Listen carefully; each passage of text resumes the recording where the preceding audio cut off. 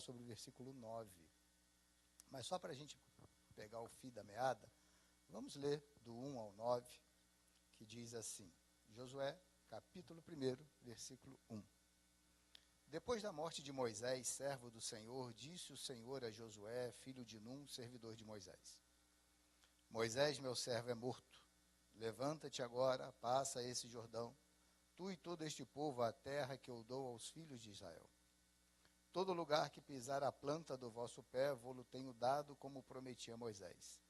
Desde o deserto e do Líbano até o grande rio, o rio Eufrates, toda a terra dos heteus e até o grande mar, para o poente será o vosso termo. Ninguém te poderá resistir todos os dias da tua vida.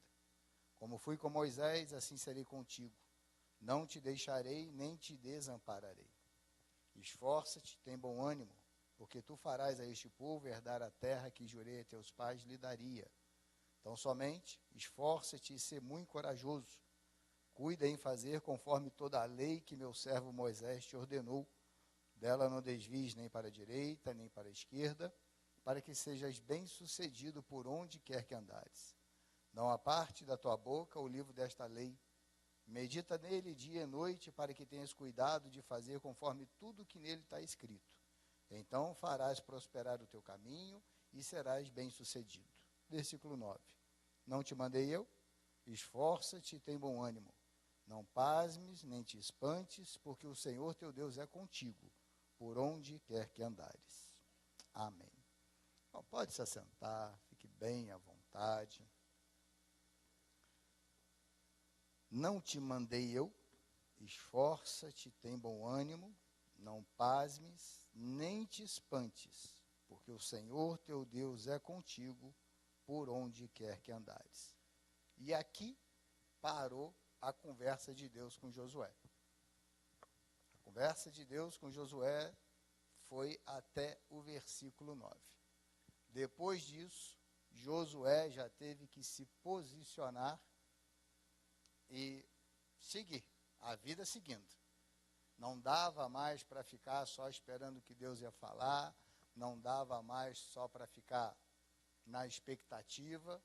Recebeu a ordem de Deus, Deus lembrou-lhe a promessa que havia feito ao povo, e agora Josué então tinha que caminhar com as suas próprias pernas.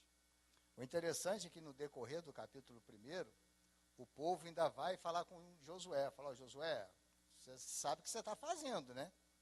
Você lembra o que Moisés prometeu, o que Moisés falou, você sabe o que você está fazendo, né? E Josué falou, não, vocês fiquem tranquilos, que nós vamos fazer, estou citando da minha forma, tá, irmãos?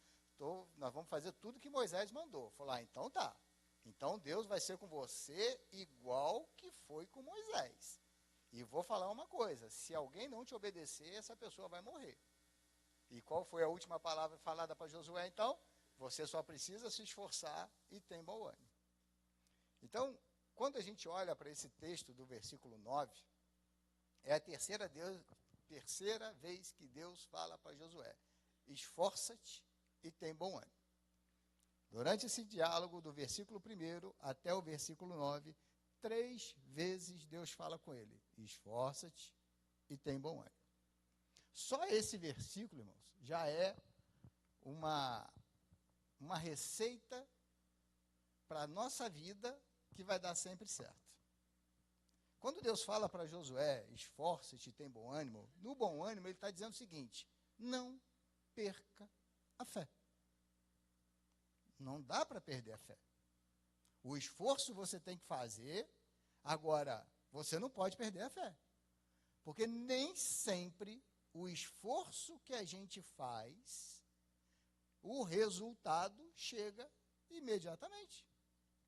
Nem sempre aquilo que a gente faz, se esforça para fazer, luta para fazer, a resposta vem imediatamente.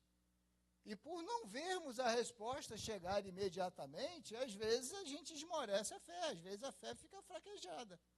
Às vezes a gente desanima, às vezes a gente olha e fala assim, eu já lutei tanto, eu já me esforcei tanto, eu já tentei tanto, eu já fiz isso tantas vezes e tal, e não deu certo, então eu vou parar. Não, irmãos, é para não perder a fé.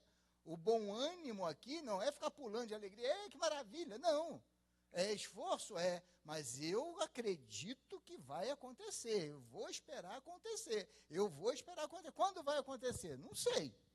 Mas uma coisa eu acredito, se Deus prometeu, ele vai fazer. Se Deus falou que ia fazer, ele vai fazer. Então, quando Deus fala para ele, para ele ter bom ânimo, ele está falando, Josué, não perca a fé.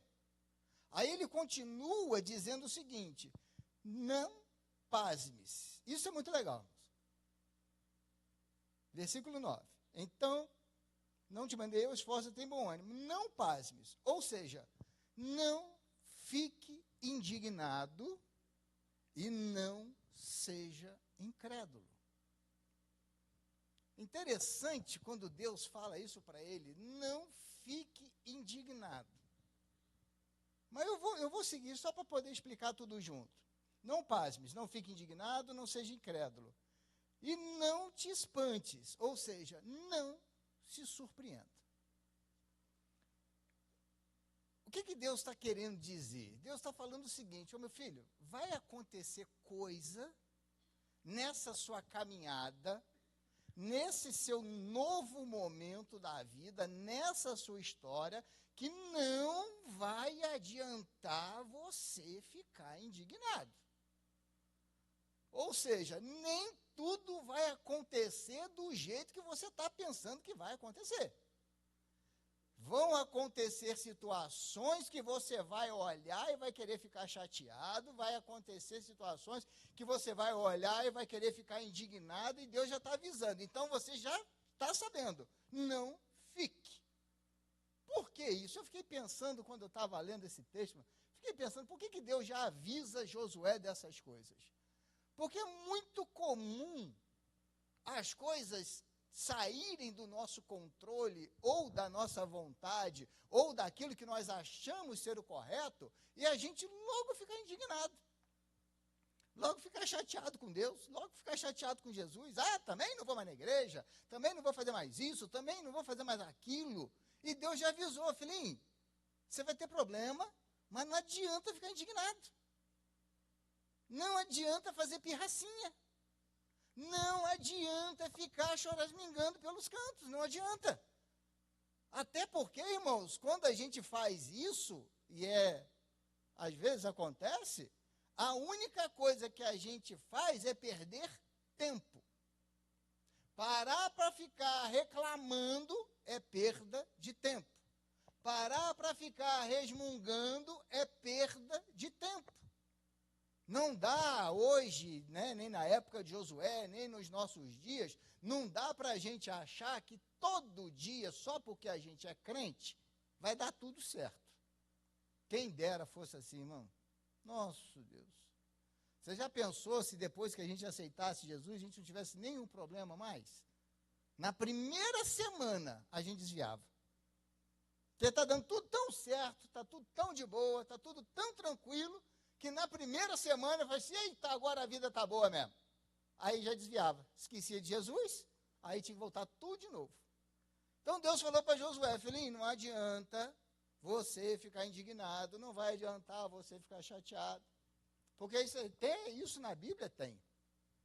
Né? Elias, quando ele desafia os 450 profetas de Baal, os 400 do poste ídolo Azerá, ou Azera, né? 850 no total, e desce fogo do céu e mata todo mundo, aquela festança toda, aquela maravilha toda, aquele tanto de gente morreu. Jezabel manda um recado para Elias, fala assim, amanhã vai acontecer com você o que você fez aqui.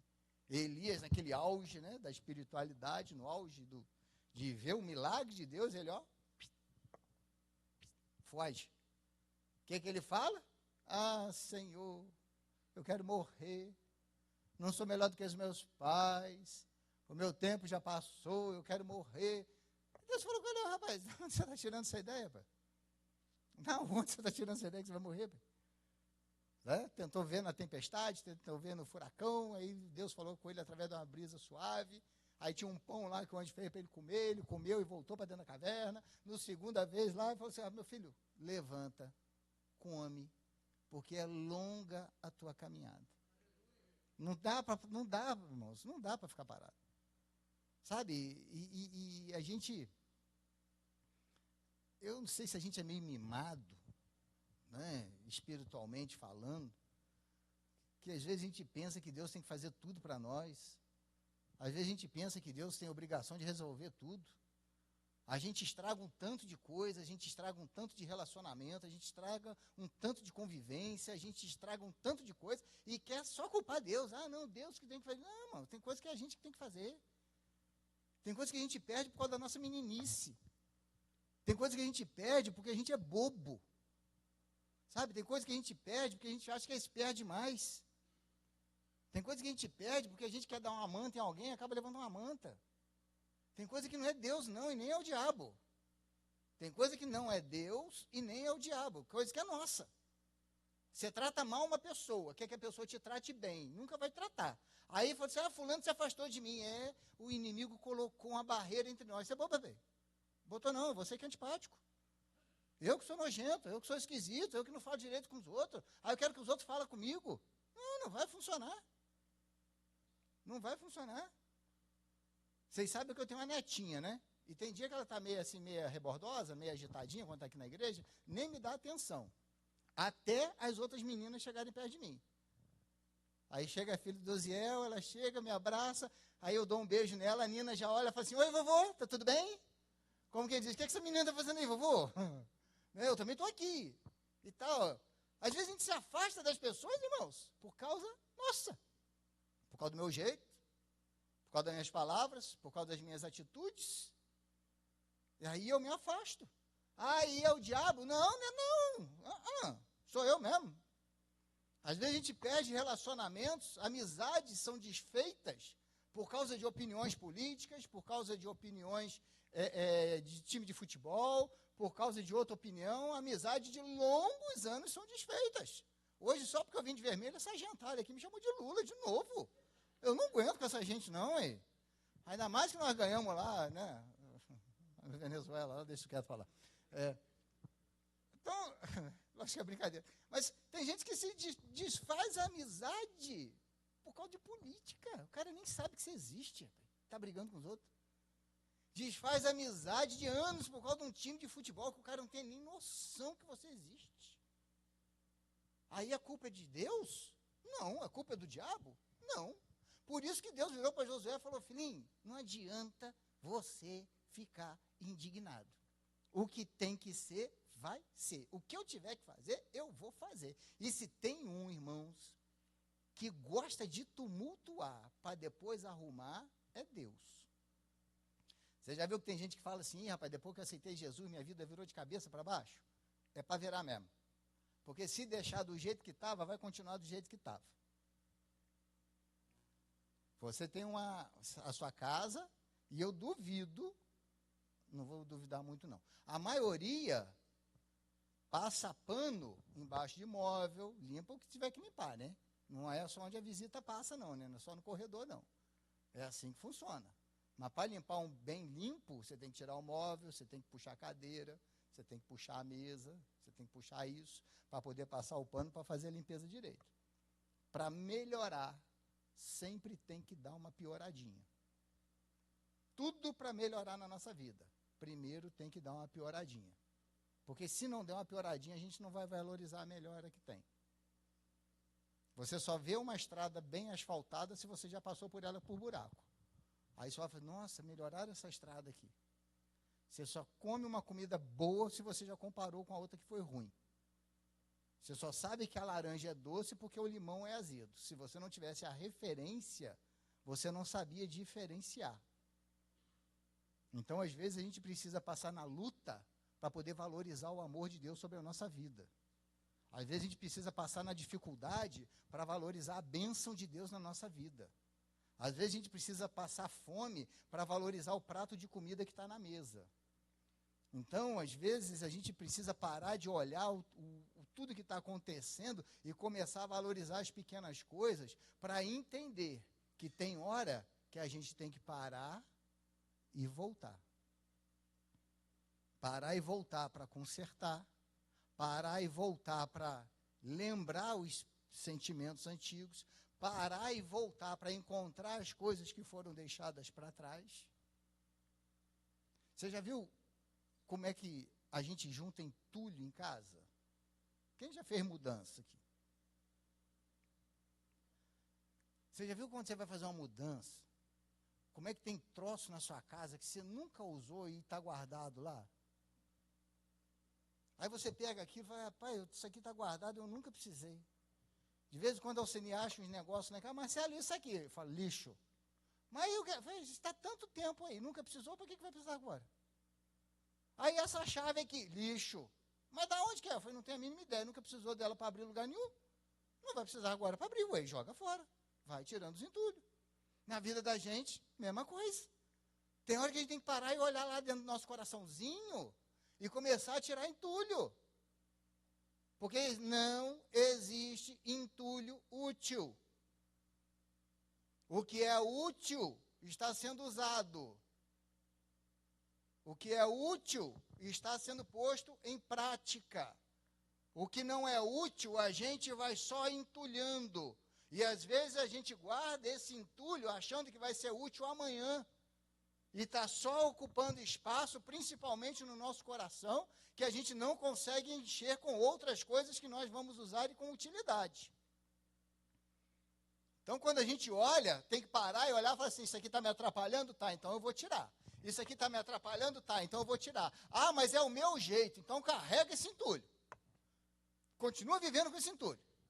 Continua vivendo com fardo. Continua vivendo com peso nas costas. Mas não reclama. Foi o que Deus falou para Josué. Não fica indignado, não fica chateadinho comigo, que não vai adiantar. Aí a gente vai lá para frente. Porque quando o Josué, no capítulo 1, versículo 7 e 8, Deus diz para Josué o que Josué tinha que fazer.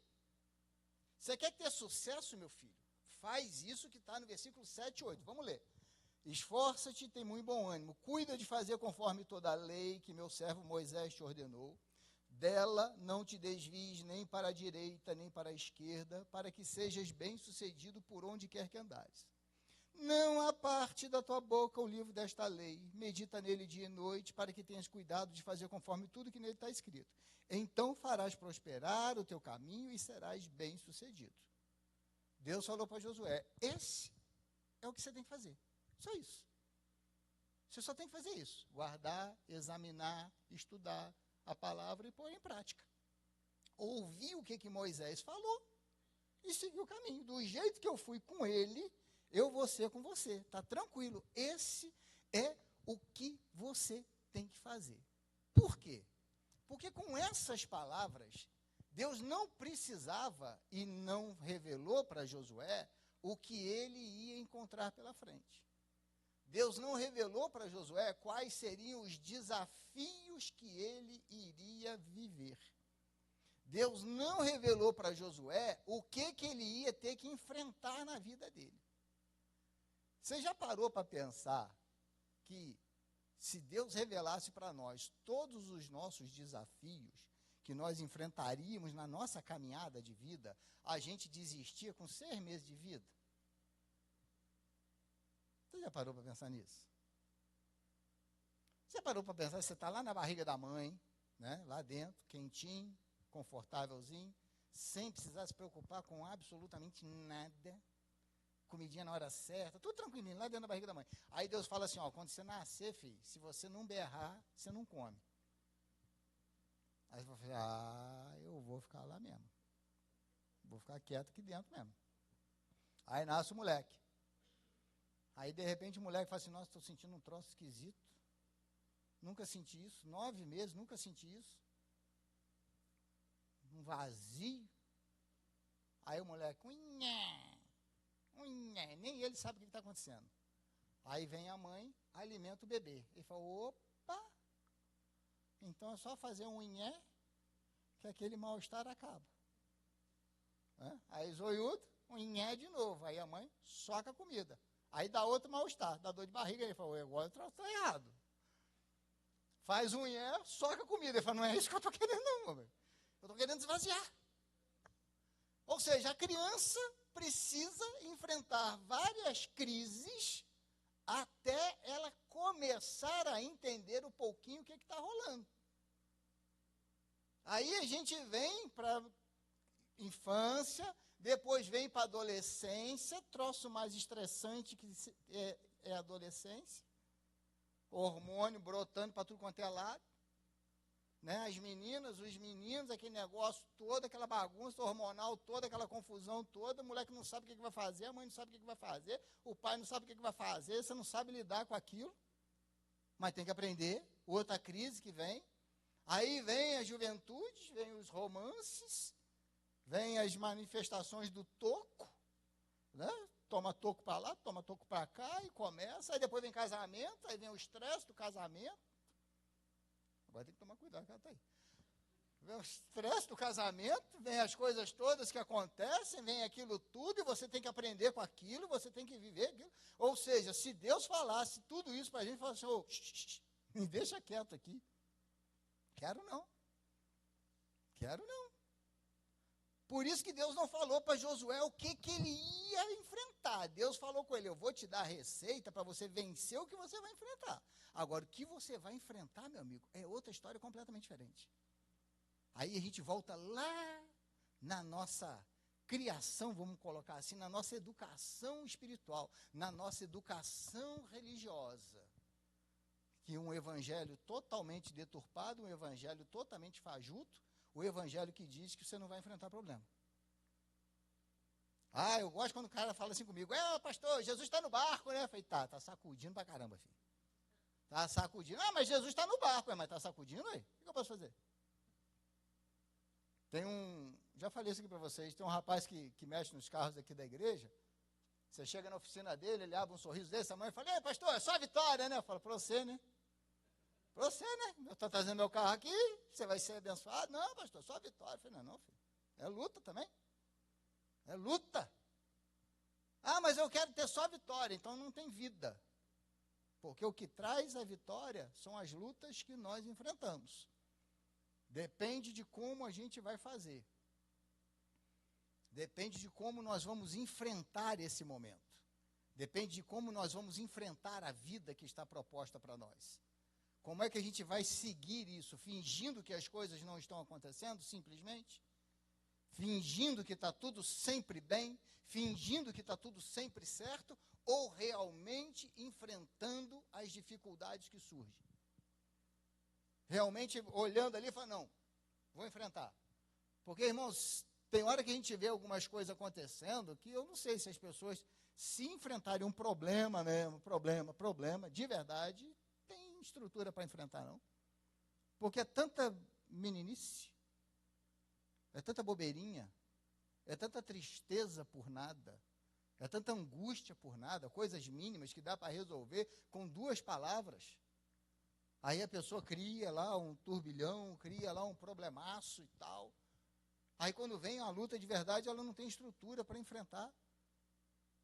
Irmãos, quando a gente olha para a palavra de Deus, a gente tem que entender que nós temos um Deus que está cuidando da gente. A luta vai vir? Lógico que vai vir. Irmão. Não tem como não ter luta. Não tem como escapar da vida ileso. Não tem como a gente passar por essa vida sem nenhum problema. A diferença está em crer ou não em Deus. Atitudes precisamos tomar? Sim, precisamos. Tem coisa que a gente tem que falar sim, tem coisa que a gente falar não, tem coisa que a gente tem que dar um basta, tem coisa que a gente pode levar um pouquinho mais adiante. Agora, tem coisa que você está olhando, está vendo que está destruindo, você vai dar continuidade, para quê? Tem coisa que você está vendo que está indo por água abaixo, você vai continuar indo, para quê? Deus nos deu sabedoria para em determinados momentos, a gente fala assim, parou. Tem gente que tem amizade que está levando para o fundo do buraco. Mas é meu amigo. E você vai indo. Até quando? Até quando a gente vai seguir um caminho que nós estamos vendo que vai dar para um lugar errado e a gente não vai parar e falar assim, parei, basta. Deus deu a receita para Josué, como ele ia vencer, mas não falou o que ele iria enfrentar, porque senão ele desanimava. E quando a gente vê essas coisas, Deus tinha um compromisso com Josué. Não havia falado com Moisés? Olha, a terra... Falou com Moisés, olha, eu ouvi o clamor do meu povo, desci, ouvi o clamor do meu povo, vou usar você para libertar o povo, vou dar uma terra que manda leite e mel, vai atravessar, vai vencer, vai conquistar, vai isso, vai aquilo. Aí Moisés morre. Moisés, meu servo é morto, levanta você agora e você vai assumir. Eu tenho essa promessa para você. Eu tenho esse compromisso para você. Talvez nos falte saber qual é o compromisso que Deus tem conosco e qual é o compromisso que nós achamos que Deus tem. Tem uma diferença enorme nisso. Compromisso que Deus tem conosco, Ele vai honrar. Compromisso que nós achamos que Deus tem, Ele não está nem aí para isso. Compromisso que Deus tem, promessa que Deus tem, Ele vai cumprir. Promessa que eu acho que Deus fez, Ele não tem compromisso, Ele não vai cumprir. Tem um grupo de pessoas muito indignado com a abertura das Olimpíadas agora, lá em Paris, 2024. Manifestação lá, né? Tem grupos religiosos falando do absurdo que foi e tal. Eu não vi, só estou sabendo disso por ler reportagem. Que, segundo eles, tinha uma representação lá da Santa Ceia, totalmente controversa, totalmente diferente do que era aquilo ali e tal. E tem gente brigando por isso. Né? Tem gente discutindo, tem gente brigando, tem gente querendo fazer boicote, tem um monte de crente, não vou assistir Olimpíada, eita bobeira. Qual é o compromisso que Deus tem com eles? Qual é o compromisso que eles têm com Deus? Você já viu isso na Bíblia? Tem isso na Bíblia. Os filisteus tomam a Arca da Aliança. A arca representava a presença de Deus. Eles, numa batalha lá, eles levam a arca embora. Levam a arca, introduzem a arca lá no templo de Dagon. Dagon cai um dia, depois Dagon cai no outro dia, depois o povo, os homens são acometidos de uma doença e tal, e eles ficam tão doidos com o negócio da arca, sabendo da presença da arca, eles falam assim, vamos devolver isso aí para eles e vão embora. Quantos filisteus tocaram na arca? Você tem noção? 8, né? Aconteceu o que com eles? Nada. Davi retoma a arca. Retoma não. Os filisteus devolvem a arca. A arca vai ser levada embora. Colocam a arca em cima de um carro de boi. A arca escorrega. Uzá encosta a mão para segurar a arca cai. Uzá morre. Por que os filisteus não morreram? E por que Uzá morreu? Os filisteus não morreram porque Deus não tinha compromisso nenhum com eles em relação à arca. A arca para os filisteus não representava nada. A arca para os filisteus era um móvel de ouro bonito que eles tomaram como despojo de guerra, não representava nada. Agora, para o povo hebreu, não. Para o povo hebreu tinha uma ordem. Só os levitas podem carregar a arca, pega um pedaço de pau pelas argolas que tem e carrega, só os levitas podem fazer, usar a levita? Não. Estava cheio de boa intenção? Estava. Tocou na arca? Tocou. Morreu? Morreu, porque não podia. Porque era o compromisso que Deus tinha. Deus tinha um compromisso com o povo hebreu. Vocês não façam assim. Os outros que façam o que quiserem fazer, eu não tenho compromisso com eles. Aí a gente olha e fica meio revoltado porque fizeram isso com a imagem da ceia, com isso, com aquilo, que não podia. Você acha que Deus está esquentando a cabeça com isso, irmão? Você acha que Deus está preocupado com... Se imitaram lá uma cena da Santa Ceia, que é do Leonardo da Vinci, que pintou. Você acha que Deus está preocupado com isso? Deus não está preocupado com isso. O que Deus está preocupado mais? Com isso, que apareceu lá agora na abertura da Olimpíada?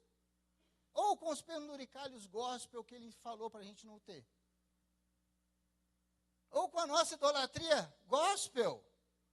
O que acha que incomoda mais a Deus? Alguém imitar lá uma imagem que foi Leonardo da Vinci que pintou, que a Bíblia não fala nada disso? Ou a nossa idolatria? Os pastores que dominam as igrejas agora, que tem pastor muito legal, né? Eu não consigo entender, ainda bem que eu não vivi nessa época, gente. Pastor, você tem que pedir para namorar. Se o pastor achar que pode, ele deixa você namorar, que nem filha dele é, ou nem filho dele é. Ah, pastor, eu estou querendo namorar o Seni. Não, você não vai namorar o Seni, não. Não, deixa, ela está encalhada, vendo bolsinha descer ela no Rio Bengala, deixa. Não, você não vai, não, você não vai. Você não pode. Ué, você é doido, rapaz? Da onde que o cara tira um negócio desse, gente? Pastor, eu preciso comprar um carro. Não, o carro que você tem que comprar é roxo. Você é doido, rapaz? E o pessoal idolatra esse tipo de liderança. Idolatra esse tipo de coisa, achando que, aí você acha que Deus está preocupado com a representatividade lá, a representação de Leonardo da Vinci? Ou está preocupado que nós estamos adorando seres diferentes a Ele? O que Deus está mais preocupado? Se botaram lá um monte de quadro em relação a essa imaginação da Santa Ceia, ou se a gente está vendendo feijãozinho mágico gospel. Vassourinha mágica gospel. Velhinha gospel. Bota essa aguinha santa aqui na sua casa, bebe essa aguinha santa, 3 golinhos por dia, 3 pulinhos na perna direita, 2 na perna esquerda, na lua cheia você vai ser abençoado. É totalmente diferente os valores de Deus para os nossos valores, irmãos. A coisa é totalmente diferente. Ah, Marcelo, mas envolve a fé, irmão, mas a gente tem que tomar muito cuidado, porque quando envolve fé, é problemático demais, porque a Bíblia diz que o nosso adversário, o diabo, até em anjo de luz, ele pode se transformar. A gente tem que conhecer essa palavra aqui, o que alegra, o que entristece o coração de Deus, irmãos. Já falei aqui algumas vezes, talvez você não tenha ouvido ou não estivesse no culto o dia que eu falei. Uma vez lá em Juiz de Fora, teve uma campanha numa igreja lá, que era intitulada a Campanha da Cobra Coral. A campanha da cobra coral. O que era essa campanha? Você comprava a foto de uma cobra coral, botava o nome da pessoa que você queria ver no quinto dos infernos ali, e andava, botava dentro do seu sapato. E andava uma semana com aquela foto do seu sapato, dentro do seu sapato, você pisando nele. No final de uma semana, aquele caboclo ia ter sumido da sua vida. Dentro da igreja, se prega a palavra, se usa a Bíblia, se canta louvores e faz esse tipo de programação. Que Deus é esse que vai ouvir a oração de alguém que quer matar o outro? Que Deus é esse que vai ouvir a oração daquele que quer prejudicar o outro? Aonde está esse Deus? E os religiosos de hoje, não, vão boicotar a Olimpíada porque fizeram uma imitação da ceia do Senhor. Irmão, larga a mão de ser ridículo isso. Uns crentes que estão valorizando tudo que é para ser valorizado lá fora e esquecendo da palavra de Deus é que muda a nossa vida. Coisas que estão acontecendo lá fora que Deus não está nem aí para o que está acontecendo, porque isso é problema deles para lá.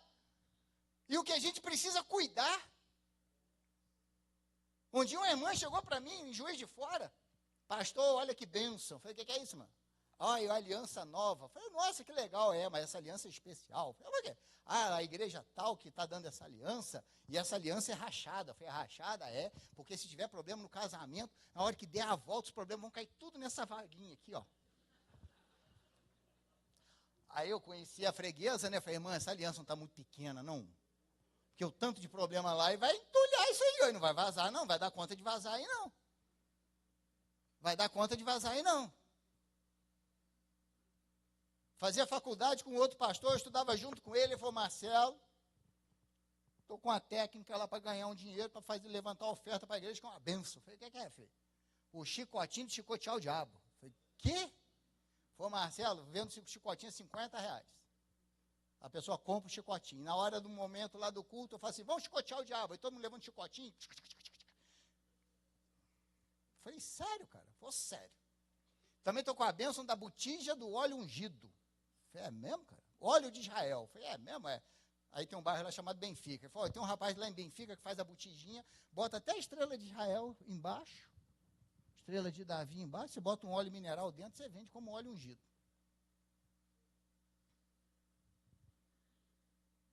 Trabalhei num lugar, tinha uma moça, que quando a luta estava muito grande, ela pegava o óleo assim e passava no computador, né? Aí tinha dia que estava chapa mesmo, mas fervendo mesmo, aquele negócio doido mesmo. Ela falava assim, eu falei, não adianta, pega lá o balde e vão jogar em cima. Porque essa gotinha não vai resolver. Tem que jogar o balde em cima. Aí você acha que Deus está preocupado, porque lá em Paris fizeram uma... Irmãos, não estamos conhecendo o nosso Deus. Por isso que Deus virou para Josué e falou, meu filho, esforça-te, tem bom ânimo, não pasme, não te espantes. Aí ele continua dizendo, porque eu, o Senhor teu Deus, é contigo por onde quer que andares. Problema no casamento? Chama Deus, larga a aliança rachadinha para lá, irmão, e chama Deus para dentro do teu casamento. Tem gente que você quer pisar em cima, para com a cobra coral e chama Deus para intervir nessa situação. Agora a gente precisa se posicionar. Todo mundo quer ser abençoado igual Josué. Todo mundo quer ser vitorioso igual Josué. Mas às vezes não queremos obedecer a ordem que Deus nos deu. Medita nessa lei de dia e de noite, não afasta ela da tua boca, vive essa palavra. E não adianta viver a palavra de Deus de boa intenção, irmão. Não adianta a gente olhar e falar, não, mas eu tenho tão boa intenção no coração. Boa intenção não resolve nada para ninguém. Boa intenção não resolve nada para ninguém. Não adianta a gente querer fingir que está vivendo, porque o que faz a diferença é esta palavra. Isso aqui faz diferença na nossa vida. Fora isso aqui, irmãos, nada mais faz. Nada mais faz. E é isso que a gente tem visto, tanto nas igrejas, que tem acabado, diminuído a fé, diminuído tudo que diz relação à igreja. Porque as pessoas querem viver uma palavra que Deus não tem compromisso com ela. Deus não tem compromisso com as pessoas, o que as pessoas falam. Deus tem compromisso com o que Ele fala.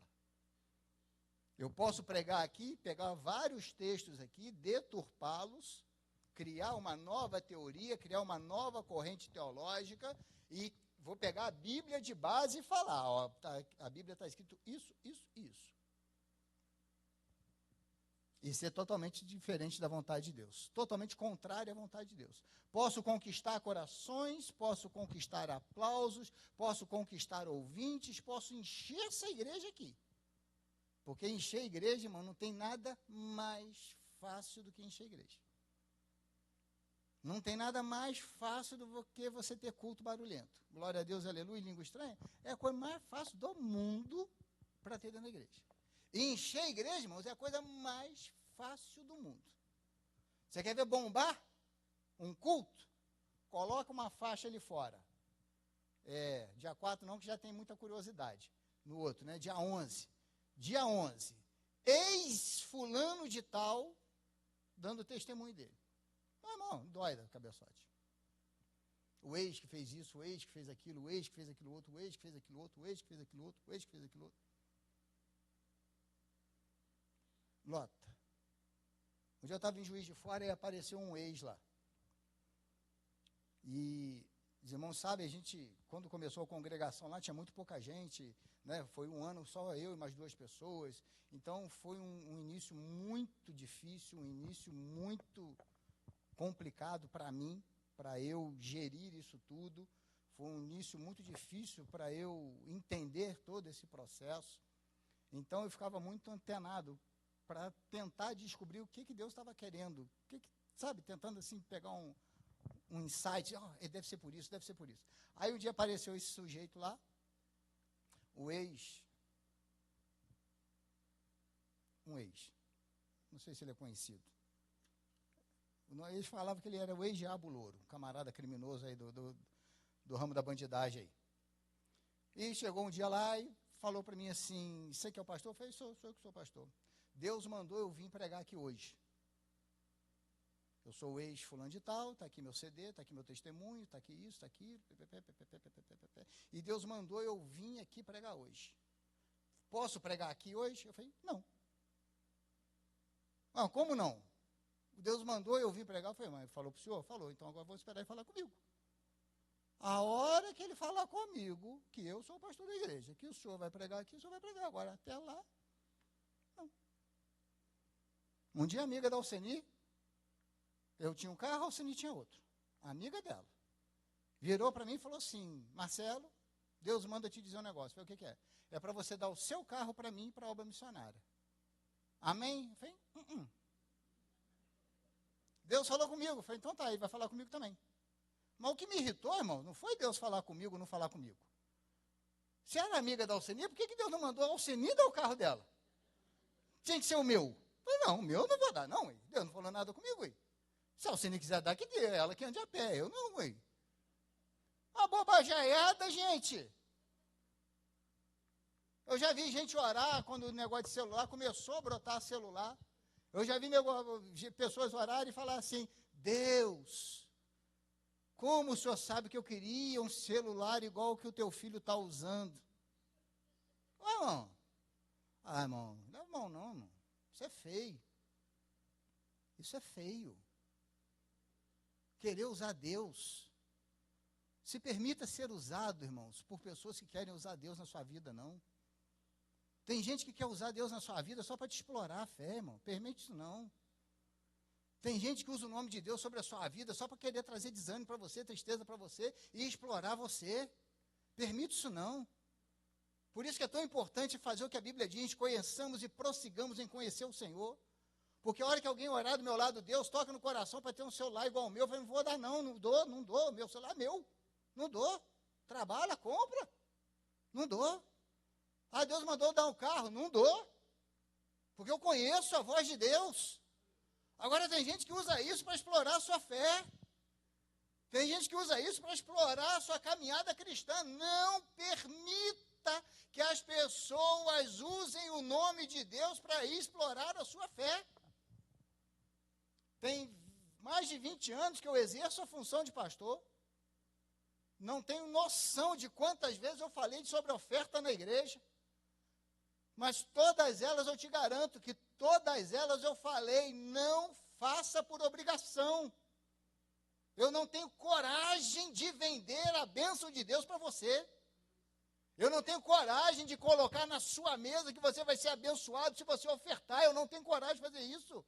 Eu acho isso um crime. Eu acho isso uma tremenda covardia, irmãos, porque não tem nada mais fácil do que explorar a fé dos outros. E tem gente que é bom. Tem gente que é bom. Tem gente que cai no golpe lá, porque é bom. Aí chega, né? Mas não. Dia desse eu fui abordado aqui na igreja, chegou uma pessoa aqui. Aí me contou a história dele e tal, não sei o que sai pregando isso e aquilo, que precisava de uma ajuda financeira e tal, não sei o que. Eu falei, o senhor tem carta de recomendação da sua igreja? Ele falou, tenho. Eu falei, o senhor tem cartão de membro da sua igreja? Ele falou, tenho. Eu falei, está onde? Ele falou, está na minha hospedagem lá. Eu falei, então amanhã o senhor traz aqui 8 horas da manhã, eu estou aqui a partir das 8 horas da manhã, só traga aqui amanhã que eu lhe dou uma oferta. Comigo? Pensei, mais um golpe. Ele falou assim, que horas o senhor chega aqui? 8 horas. Falei, estarei aqui. Falei, perfeitamente, foi mais um golpe. 8 horas, nada do homem. Falei, eu estava certo. 8h10, a Luciane, pastor, fulano de tal está aqui. Falei, pois não. Desci, tudo bem? Tudo. Está aqui minha carta de recomendação. Está aqui meu cartão de membro. Olhei, identificado. Senhor mesmo? É, está aqui a oferta do senhor. Falei, obrigado, pastor. Obrigado. O senhor foi gentil e o senhor foi fiel e educado comigo. Falei, exatamente. Se o senhor não tivesse trazido isso aqui, o senhor não queria levar nada. Porque eu estou cansado de ver essas histórias. Um dia lá em Juiz de Fora, uma pessoa me parou na porta e falou, rapaz, meu carro quebrou, eu vim pregar na igreja tal, e o pastor lá, eu falei, mas peraí, ele não te chamou? Chamou. Então quem tem que pagar a despesa é ele, não sou eu não, filho. Ah, que eu sou filho de fulano de tal. Eu falei, sério? Você é filho de fulano de tal? É, o senhor conhece? Eu falei, conheço. Um missionário que a gente ajuda. A Igreja Central ajuda. Há muitos anos. Eu falei, você é filho de fulano de tal? Eu falei, sou. Eu falei, peraí, só um instantinho. Saquei o celular. Pastor Marcelo, ô pastor fulano, tudo bem com o senhor? Tudo. Eu estou com um rapaz aqui em Juiz de Fora falando que é teu filho, fulano de tal. Foi, é meu filho mesmo. É mesmo? É. Ele falou que está com o carro quebrado aqui. E está me pedindo ajuda. O que é que eu faço? Não dê. Ele é um pilantra, pastor. O pai. Não dê. Ele é um pilantra. Eu falei, sério? Eu falei, sério. Aí me contou um pedaço da história. Eu falei, muito obrigado. Deus abençoe. Ele falou com o papai? Eu falei, falei. E ele falou para eu não te dar um dinheiro, que você é um pilantra. Pronto. Simples assim. Ah, mas Deus vai pesar a mão. Pode pesar. Esse Deus aí eu não ligo que pesa a mão, não. Isso aí pode pesar à vontade. Esse Deus aí é para pesar à vontade. Precisamos, irmãos, conhecer a voz do Deus que nós servimos. Já começa por aí. A gente precisa de um amadurecimento espiritual para entender certas coisas. Primeiro, precisamos conhecer a voz do Deus que nós servimos. Esse é o primeiro ponto. Segundo ponto, precisamos, se queremos ser felizes com Deus, viver a palavra que Ele nos dá para viver. Terceiro ponto, minhas opiniões pessoais em relação a essa palavra não mudam nada o agir de Deus sobre a minha vida. Minha função ou meu tempo de crente não altera em nada a essência da palavra de Deus. Então, quando a palavra de Deus bate o martelo em determinados temas, é tal qual a palavra diz para ser. Vou explicar. Se a palavra de Deus diz que eu tenho que orar por quem me persegue, eu tenho que orar por quem me persegue. Se a palavra de Deus diz que eu tenho que orar pelas autoridades constituídas, eu tenho que orar pelas autoridades constituídas. Se a palavra me diz que eu tenho que honrar o meu pai e a minha mãe, para que se prolongue os meus dias de vida que o Senhor meu Deus me dá, e eu viva bem, eu tenho que honrar meu pai e minha mãe. Se a palavra de Deus me diz que eu tenho que perdoar, eu tenho que perdoar. Coisa simples. Não cabe mais aqui. Mais com S, mais de contrário. Não cabe mais. Ah, eu tenho que honrar meu pai e minha mãe, mas papai, não cabe. Ah, eu tenho que orar pelas autoridades constituídas, mas o presidente não cabe. Não cabe o mais. É ordem de Deus, eu tenho que fazer. Porque se eu não fizer, eu estou desobedecendo a palavra de Deus, é? Simples. Ah, mas eu li num livro, aí eu ouvi o professor, aí o pastor, doutor, teólogo, quase semideus, apóstolo dos serafins. Não cabe. Não cabe. É a palavra de Deus. O que a palavra de Deus diz para eu fazer? Eu tenho que fazer. O que a palavra diz para eu não fazer? Eu não tenho que fazer. Ah, mas hoje... Não, irmãos. Não cabe esse negócio de tempo em relação a Deus também.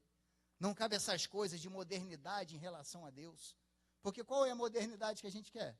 Fala para mim. Você quer subir no céu? Chegar de quê lá? Jesus morreu de outro jeito? Jesus morreu de uma vez só. De um jeito só. Com um objetivo só. Abrir a porta do céu para que nós tenhamos uma chance de salvação. Só isso. Já morreu, já foi crucificado, ao terceiro dia ressuscitou, está à destra do Pai. Tá bom. A parte dele fez, está lá. Está resolvido. Agora, o que eu quero fazer além disso? Como eu quero agir essas coisas além disso? Ah, não, mas eu acho que Jesus tem que fazer isso. Ele não vai fazer. Não vai fazer. Ah, eu acho que Deus tem que fazer isso. Deus não vai fazer. Deus não vai mudar porque eu quero que Ele mude. Deus não vai deixar de ser Deus porque eu acho que Ele tem que ser diferente. Deus não quebra galho de ninguém.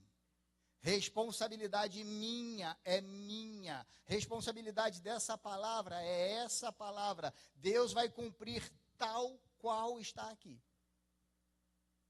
Deus não vai cobrar de mim coisas que não estão aqui. Agora, tudo que está aqui, ele vai cobrar. Marcelo, eu não consigo, nem eu.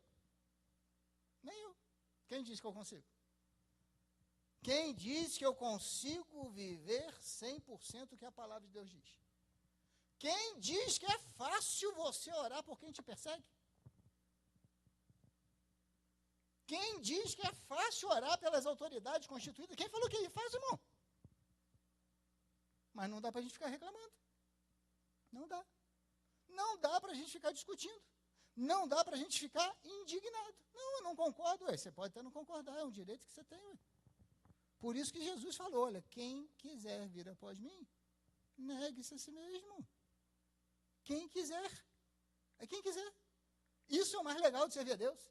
Talvez a maior bênção que a gente tem em servir a Deus é exatamente essa liberdade de eu poder, de eu querer ou não servi-lo. Simples. Agora, o que está servindo, se está servindo certo ou não, aí é Ele e Deus. Pode ter Bíblia de estudo, pode ter curso teológico, pode ter função, pode ter ministério, pode ter dom, pode fazer descer fogo do céu. Ah, não, isso quem faz é o diabo. Pode fazer qualquer trem, você pode fazer qualquer coisa.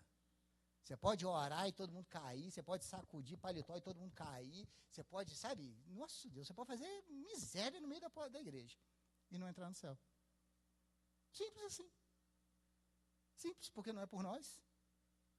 Não é por nós, é por misericórdia de Deus. Agora, quando Deus olha, quando eu vejo a coisa acontecendo e não quero nem tentar, nem tentar mudar, nem não aceitar, nem passar pela minha cabeça em mudar alguma coisa que eu estou fazendo de errado, que eu estou fazendo diferente, estou perdendo meu tempo. Por isso que Deus falou para Josué, Josué, filho, ó, o problema é esse, ó, Moisés morreu, eu fiz uma promessa para ele, você vai continuar o que ele parou, mas para você dar certo, você tem que fazer o que eu falei para você fazer. Que senão você não vai dar certo, não. Tanto que a primeira batalha que eles tiveram, deu ruim. A primeira não, a segunda, né? A primeira foi Jericó, derrubaram de Jericó, tomaram lá e tal, não sei o que, não sei o que. Qual era a palavra de Deus em relação a Jericó? Não peguem nada. Não peguem nada. Mata tudo. Larga tudo para lá. Jericó é amaldiçoada. Não peguem nada. O que o crente Acã fez? Ah, não. Preciso de um negocinho desse. Eu vou orar e Deus vai abençoar a capa babilônica, Deus vai abençoar esse punhadinho de prata, Deus vai abençoar esse punhadinho de ouro, porque é só eu orar. Deus vai abençoar. Só eu orar. Deu ruim. O povo perdeu a guerra, Josué ficou doido, teve que procurar por Deus. Deus falou, mas primeira situação, vocês me abandonam? Primeiro dia vocês já me desobedecem? Ué, foi, ué, pode jogar a sorte aí, você vai ver, vai achar. Aí acharam Acã. Era uma capinha só, era um punhadinho de ouro só,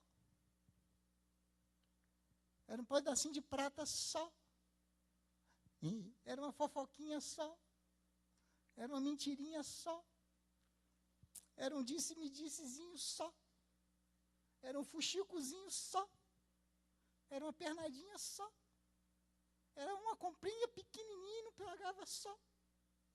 Continua isso só até hoje, irmão.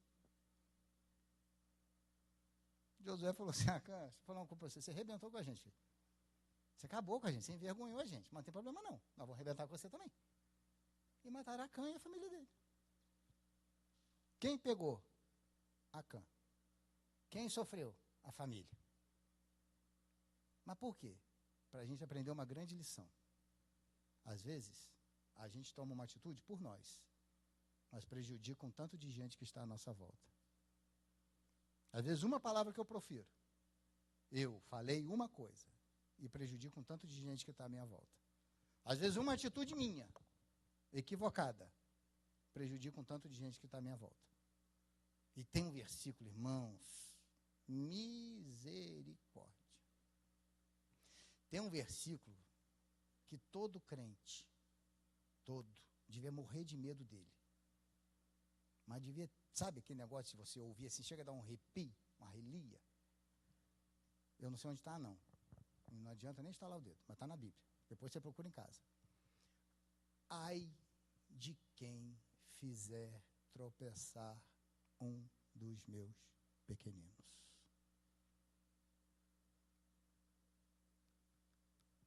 Isso é para arrepiar a gente.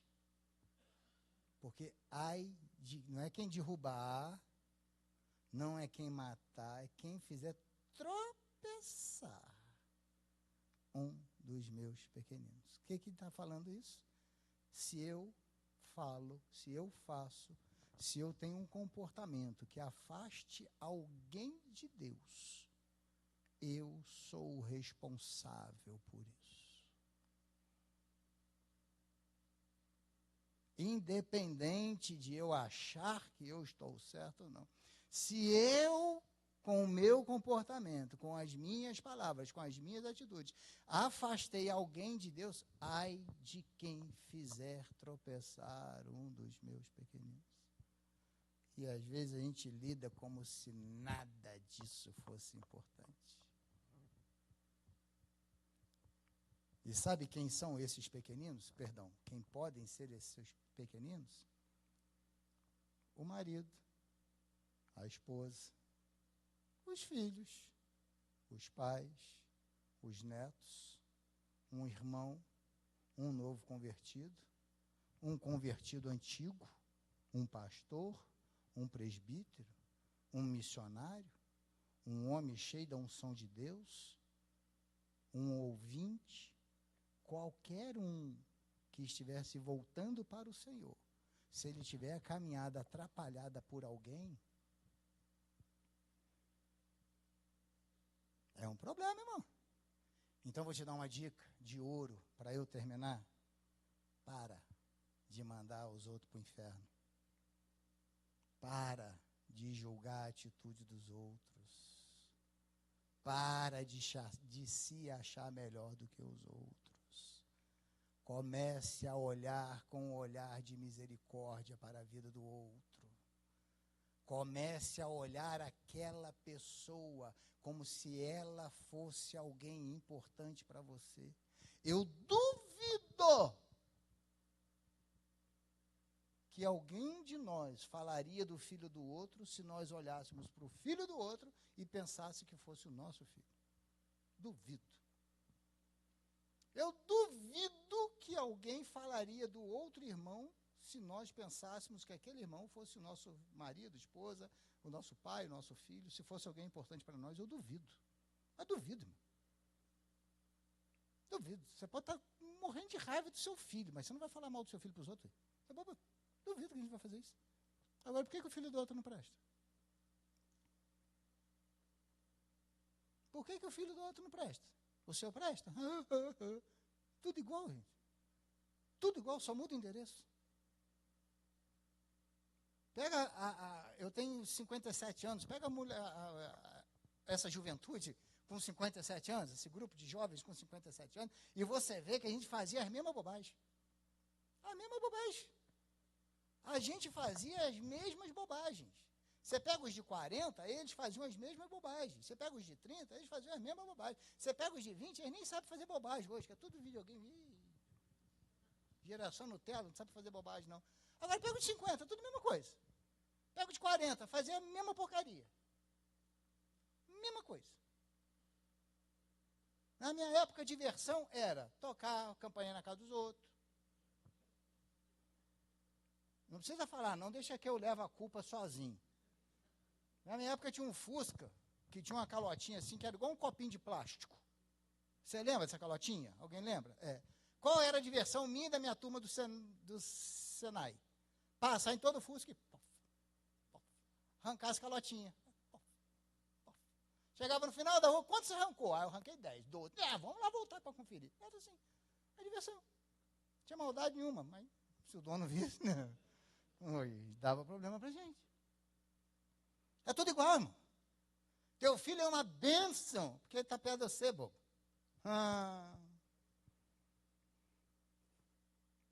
Ah, o filho do outro, porque é o do outro, porque se fosse seu, era gracinha.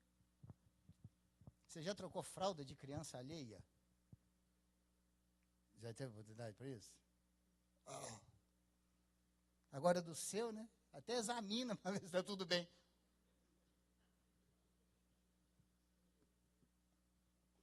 Agora dos outros, chega a dar engui, né? Agora os seus precisava até massa. Sumiu uma tampinha de caneta, vê se não está. Não, não está. Agora do outro. É boba. É tudo igual, gente. É tudo igual. O dia que você começar a olhar com um olhar de misericórdia para as pessoas que estão à sua volta, Deus vai voltar o olhar de misericórdia dele para você também. Às vezes a nossa vida não prospera porque nós não estamos abençoando a vida dos outros. E não é abençoando, dando, investindo, nada disso não. Às vezes com próprias palavras a gente consegue abençoar a vida de alguém, irmão. A gente começa a olhar para a pessoa e falar, rapaz, Deus vai abençoar essa pessoa. Seu futuro vai ser abençoado, filho. Você vai ser feliz. Ah, mas hoje não está valendo nada, mas vai ser feliz, vai ser uma bênção. Porque a gente está começando a abençoar a vida dos outros. Então, quando a gente olha para os nossos, todo mundo quer ser abençoado. Todo mundo quer ter palavras de ânimo, de bênção para a nossa família, para os nossos. E para os outros a gente não pode dar, não, irmão. Muda isso. Muda isso. Sabe por quê? Porque a gente tem uma grande caminhada. Deus tem uma obra na vida da gente. Deus nos chamou, não é para a gente ficar só sentado ouvindo, participando de culto, não. Deus nos chamou para a gente fazer a diferença onde a gente está. Você já parou para pensar que a pessoa pode estar olhando para você e falando assim, fulano, ser crente igual fulano? Quero não. Isso é uma vergonha, irmão. Isso é triste. Isso é triste, porque a pessoa sabe que você é crente, tem a expectativa de como seria um crente e não vê isso em você. Não vê isso em mim. Você já pensou? Ah, não, crente igual Marcelo? Quero ser não. Eu falei, gente, estou perdendo meu tempo, ué. É melhor ser vida louca logo da vez, ué. Ah, ser crente igual Marcelo? Eu não quero ser não. Ser marido igual Marcelo, eu não quero ser não. Ser filho igual Marcelo, eu não quero ser não. Ser pai igual Marcelo, eu não quero ser não. Isso é feio, isso é triste. É a pessoa viver uma vida sem nenhuma expectativa. As perspectivas lá para frente. E a gente às vezes está vivendo isso como se fosse a coisa mais normal do mundo. Porque eu cheguei num nível que eu tenho que olhar as pessoas de cima. Porque eu sou o pastor. E eu não me envolvo com gente que canta. Oh. Eu sou o pastor. E eu não me envolvo com gente que toca. Oh. Estamos que nem mesmo barco. Mesmo barco. E vou te dar uma dica, agora para terminar mesmo de verdade. Conhecer o crente que é metido, conhecer o crente que se acha muito crente, conhecer o crente que precisa falar para os outros que ele é crente, vaza. Sai de perto, que você vai ter problema. Até hoje eu lembro, um dia em Juiz de Fora, que uma mulher chegou lá, virou para o Alceni e falou assim com o Alceni, você está diante de uma adoradora. Eu quase que eu... Mas quase. Falei, gente, eita, trem é doido demais, ué. Já pensou? Você está diante de uma adoradora. Dia desses me mandaram um vídeo. Ô, irmão, tem coisa que eu recebo que eu fico torcendo para ser montagem. Tem coisa que eu recebo que eu fico torcendo para ser montagem. Uma pessoa num púlpito, num altar, assim em pé, fila dos membros da igreja, para passar a mão no pé do sujeito. Ô, irmão, isso não é de Deus não, hein? Isso não pode ser de Deus não. Não, não. Falo sem medo de errar. Isso não é de Deus não.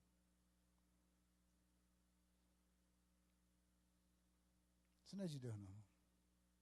A Bíblia diz que toda honra e toda glória é só para Ele. É só para Deus. Irmão. Nós não. A gente não tem direito a isso, não. Aí você vê como é que é fácil enganar as pessoas através da fé, da exploração da fé. Imagina. Eu vou falar agora, lógico, vou puxar a sardinha para a nossa igreja. Imagina a central, com esses anos todos, 85 anos que vai fazer, está fazendo esse ano, de ensino e preocupação com o ensino da palavra, eu começar uma caminhada aqui com vocês e falar assim, vocês querem ser abençoados? Quem quer? Uhul! Todo mundo quer, levanta a mão aí, quem quer ser abençoado hoje? Beleza? Passa por aqui e bota a mão no meu pezinho.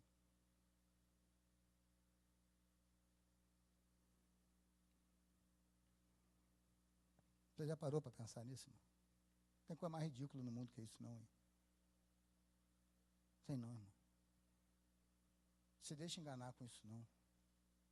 É melhor seguir o que Deus falou para Josué. Medita nessa palavra dia e de noite, filho. Não abre mão dela, não. Não abra mão, Josué. Josué, não abra mão dessa palavra.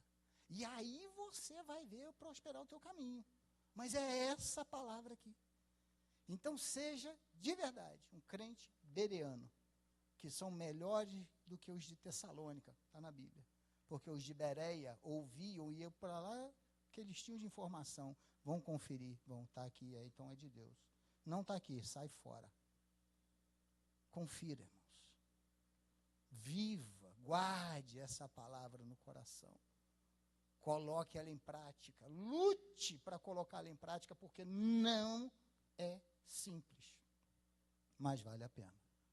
Deus abençoe você.